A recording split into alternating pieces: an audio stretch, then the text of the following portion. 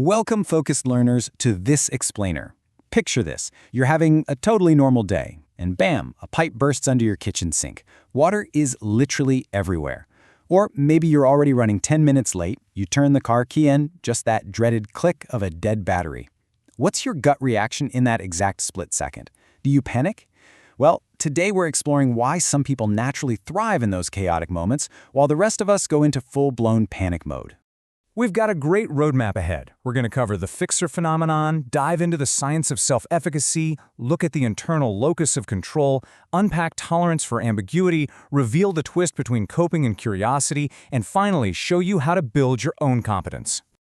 Let's jump right into part 1, the fixer phenomenon, and what happens when disaster actually strikes. Let's be completely honest here. When things go wrong, so many of us instinctively freeze, right? We either want to cry or we're furiously Googling solutions with shaking hands.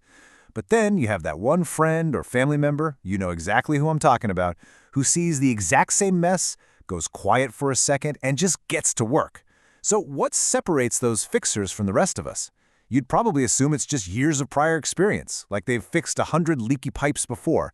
But here's the crazy thing. The secret ingredient isn't actually experience. It's an entirely different psychological framework. And that brings us to part 2, the science of self-efficacy and Albert Bandura's massive discovery. To really understand how a fixer's brain works, we have to rewind to the late 1970s. Psychologist Albert Bandura discovered this concept called self-efficacy. Now, this is not just about being a generally optimistic, glass-half-full kind of person. It's way more targeted than that. Self-efficacy is the specific, rock-solid belief that you are entirely capable of handling the exact problem sitting right in front of you. It's basically this inner monologue. I've handled things before, and this thing right here, it's handleable.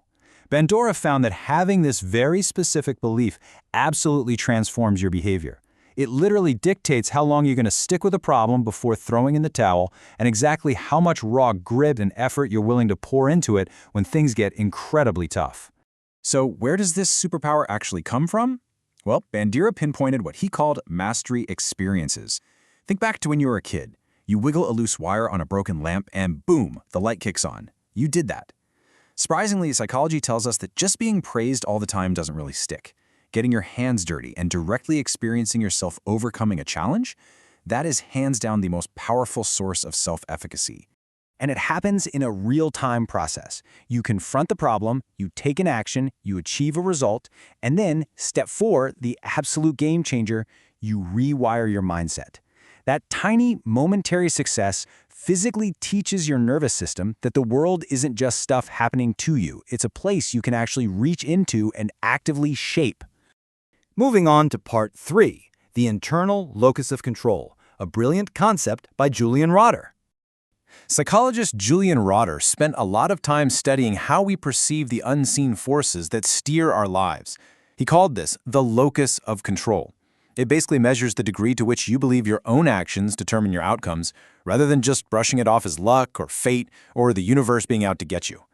People who sit firmly on the internal end of this scale, they push through challenges longer, and they cope with life's stresses in way healthier ways. When you look at these two worldviews side by side, it's a massive divide. On one hand, an internal locus of control says, my effort matters, and it changes outcomes. On the other, an external locus of control says, things just happen to me, it's all luck or fate.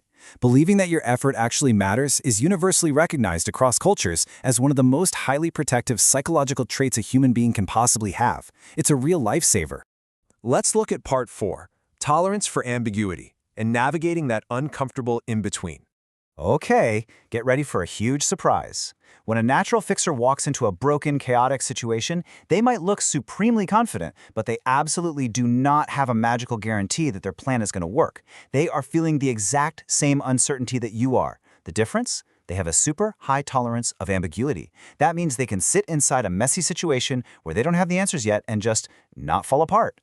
While a lot of us need immediate reassurance so we don't completely freeze up, the fixer is totally fine hanging out in that uncomfortable space of not knowing.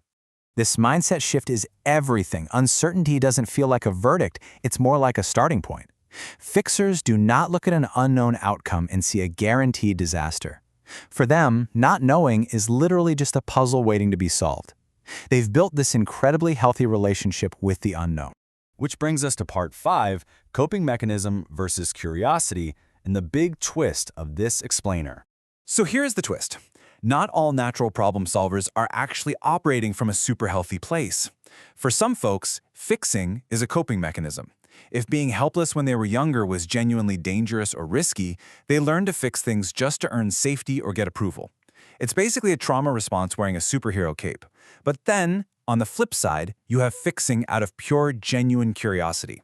These are the people who simply fell in love with competence itself, people who are fascinated by broken things and just genuinely love the entire process of repairing them. Finally, part 6, building your own competence by starting with small wins. Listen, if you're sitting there realizing that you constantly outsource your problems, waiting for someone else to fix the sink or jump the car, I want you to hear this. Your reaction is just a history of experiences. It is absolutely not a permanent character flaw. And histories, they can be rewritten. Remember, self-efficacy builds through experience. You do not need to pull off giant heroic fixes to rewire your brain. You tightened a loose screw. You made that difficult phone call all by yourself. You didn't wait to be saved. Just this one time. Those tiny, intentional little victories, they prove to your nervous system that you actually have agency.